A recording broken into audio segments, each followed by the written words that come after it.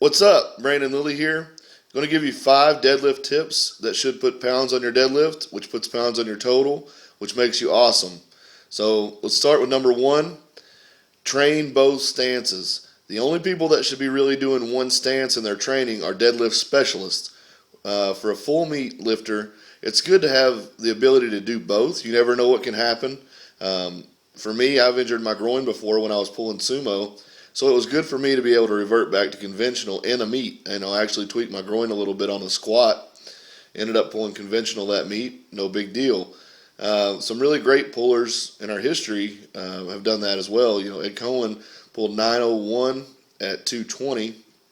And I think his best pulls were in the 860s, 870s conventional. The 901 was done sumo. Chuck Vogelpohl pulled 835 sumo and pulled 816 conventional. My personal bests are 780 sumo lift in the gym and 765 in a competition and 804 conventional. So what it does is it builds muscularity that is often missed if you only train one style. It builds a lot more muscle in the back and legs, and it's also just, like I said, it gives you the ability, if something pops up, you have the opportunity to switch stances and not go backwards. So the way to integrate that into your training, on your speed or explosive day, I recommend that you do your preferred competition stance. You work your technique to death, get it perfect. On your rep and heavy day, that's where you can do some alternate sets. Working up on a heavy day, switch the sets. Take one heavy, one sumo, one conventional, and work your way up that way, and just keep seeing which works out better. See which way you can pull heavier.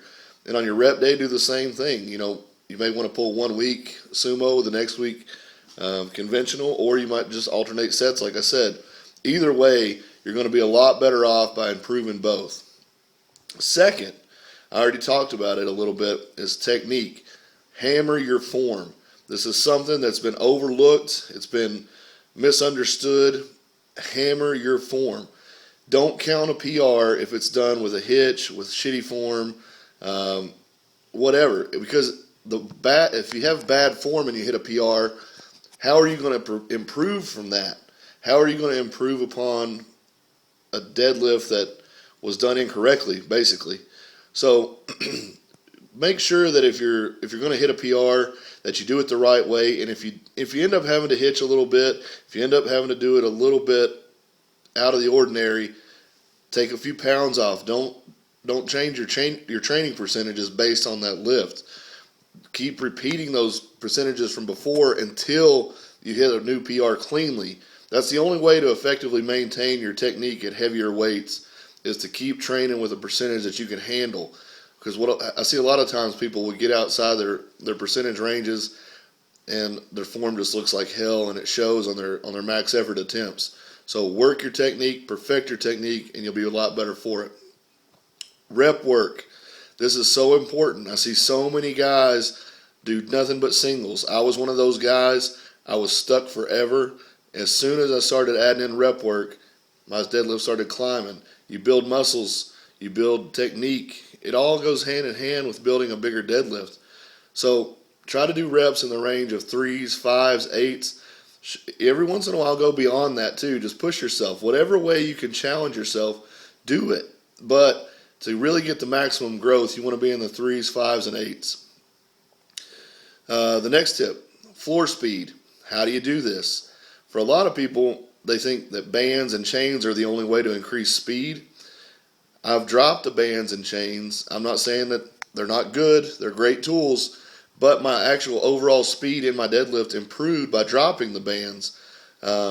What I did, though, was if my top band percentage at the top was going to be around 75% or so, I subtracted 10.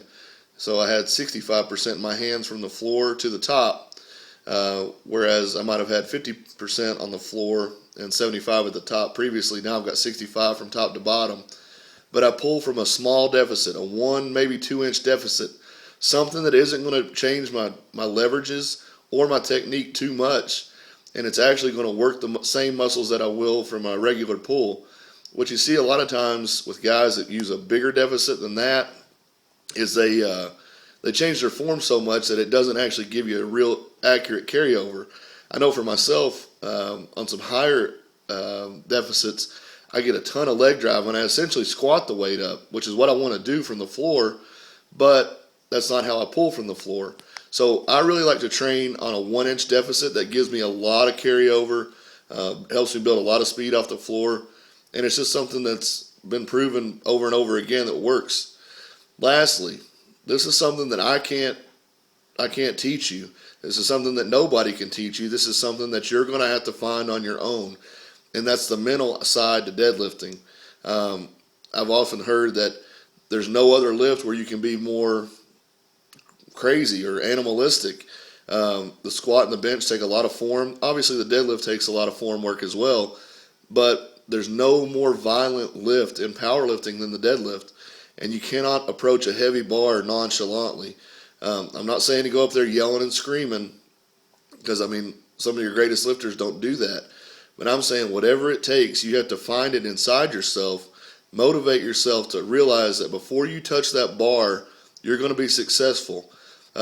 Captain Kirk, I posted a video the other day, and I thought he touched on it greatly. If you repeat your setup the same every single time, you approach the bar the same every single time, the only thing you have to do is bring it for 20 seconds. And if you can't bring it for 20 seconds, why the hell are you doing this sport? And that's true. If you remove all the variables that could go wrong, all you need is just the power of setup, grab the bar, and pull like crazy. He was talking about the squat. I'm talking about the deadlift. But those 5 tips should help you put pounds on your deadlift. I think anybody can implement those. Nobody's too good to try it. And we'll see you the next time.